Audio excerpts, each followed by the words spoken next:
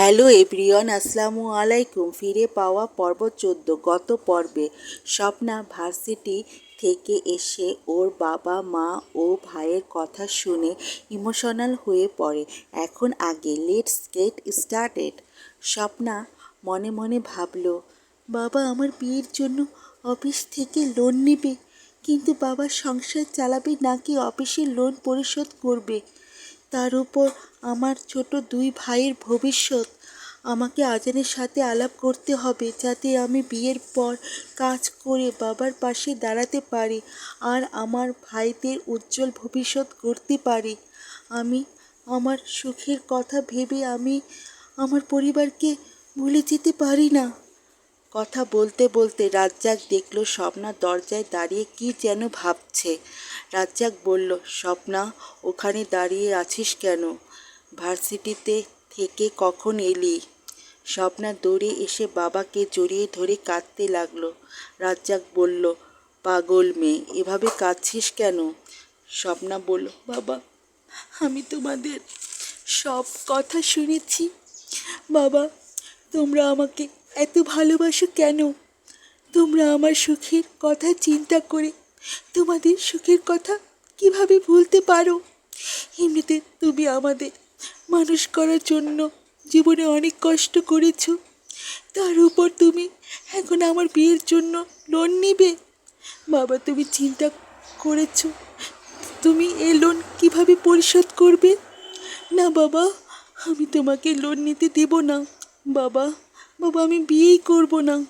রাজ্জাক বলল, সুলতানা, দেখেছ তোমার মেয়ে বলে কি?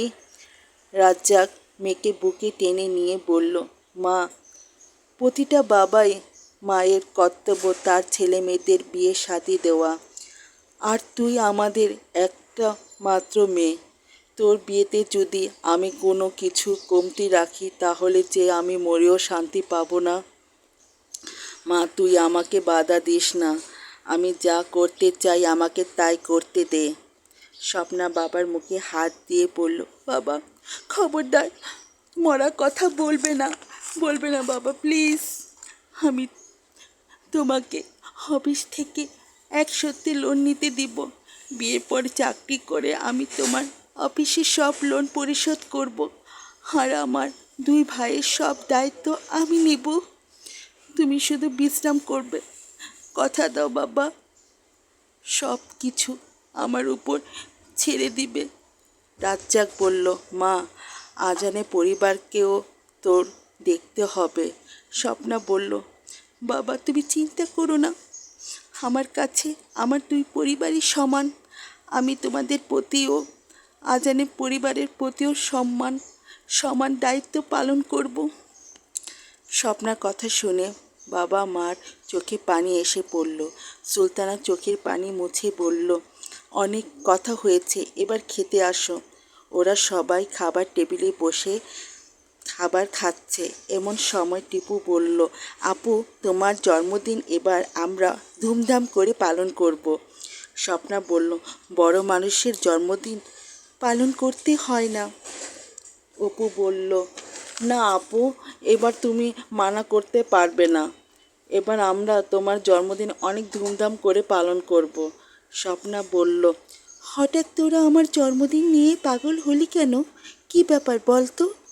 অপু বলল, এবার তোমার জন্মদিনে টিপুর সঙ্গে সঙ্গে অপুর হাত ধরে বলল, তুই একটু কথা বেশি বলিস। স্বপ্না বলল, কি হচ্ছে টিপু? টিপু বলল, কিছু না আপু।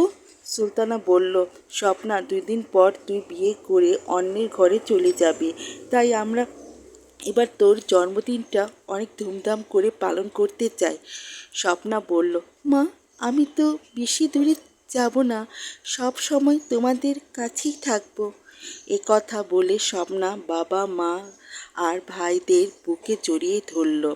এভাবে ওদের ভালোবাসা ভরা আবেগময় মুহূর্ত আনন্দের সহিত কাটল। আমার গল্প আমি আজ এখানেই শেষ করছি। যদি আপনাদের কাছে আমার গল্প ভালো লাগে তাহলে লাইক, কমেন্ট, শেয়ার ও সাবস্ক্রাইব করবেন।